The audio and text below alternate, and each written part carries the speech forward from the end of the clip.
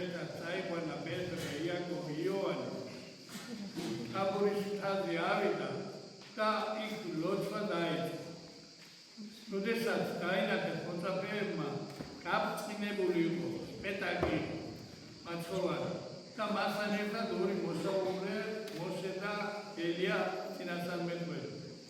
ელია წინასწარმეტყველი ეს ისეთი წინასწარმეტყველია, რომელიც ხეთსმროვანი ეტლი დაინაცა და წაიყვანა ზეცად სანამ ის არ ჩამოვა.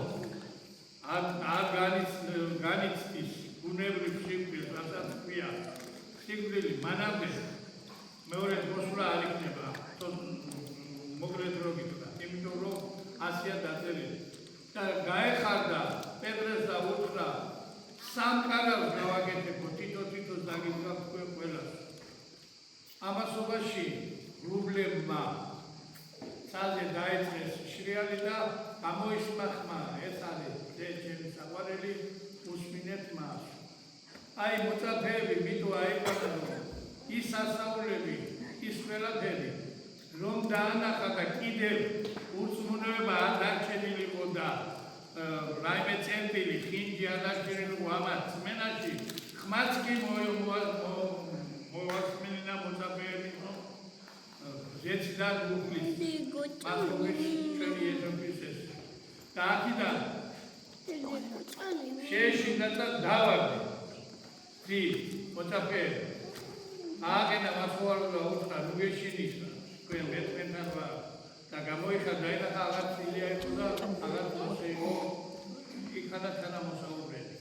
ჩემო ძირფასებო, ნათქვამი არის ასეთი გამონათქვამი. გველიო, გარედან არიჭრელიო, ადამიანიო შიგნიდან. ესე თუ ამას სულიერად ჩავწვდები, სწორი ჭეშმარიტებაა.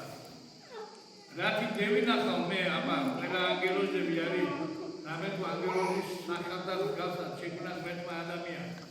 მაგრამ იმ ადამიანში ზოგში არის ბოროტისული, დასასრულებული, ზოგში არის კეთილისული, დასასრულებული და აქედან ჩვენ მოელვის ადამიანი კი არ უნდა გვეზარებოდეს.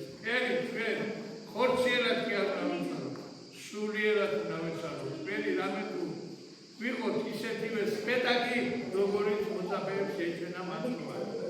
და თუ ჩვენი გულით მართალი ვიქნებით, ჩვენ თავთან ჩვენ ვიქნებით მართალი, რომ მე ასე ყველაფერი შეძლების დაგვანა, შენი მეშვეობით შევასრულე უყალო, ის ყოველთვის ჩვენთან იქნება დაახლოებით საკუთრივ. მე ახლა აქ რომ გავცქერი ხალხს, აქ ხედავ ზოგ შვილი, ზოგს მეუღლე, ზოგს მამა, ზოგს დედა, მაგრამ იცოდეთ, ეს განსაცდელი, გასავლელი გვაქვს ყველას და ყველა მოუხდებით, არცეთი არ დავჭერთ, მაგრამ ვინც ქრისტეში განისვენებს, ბედნიერია ის ადამიანი.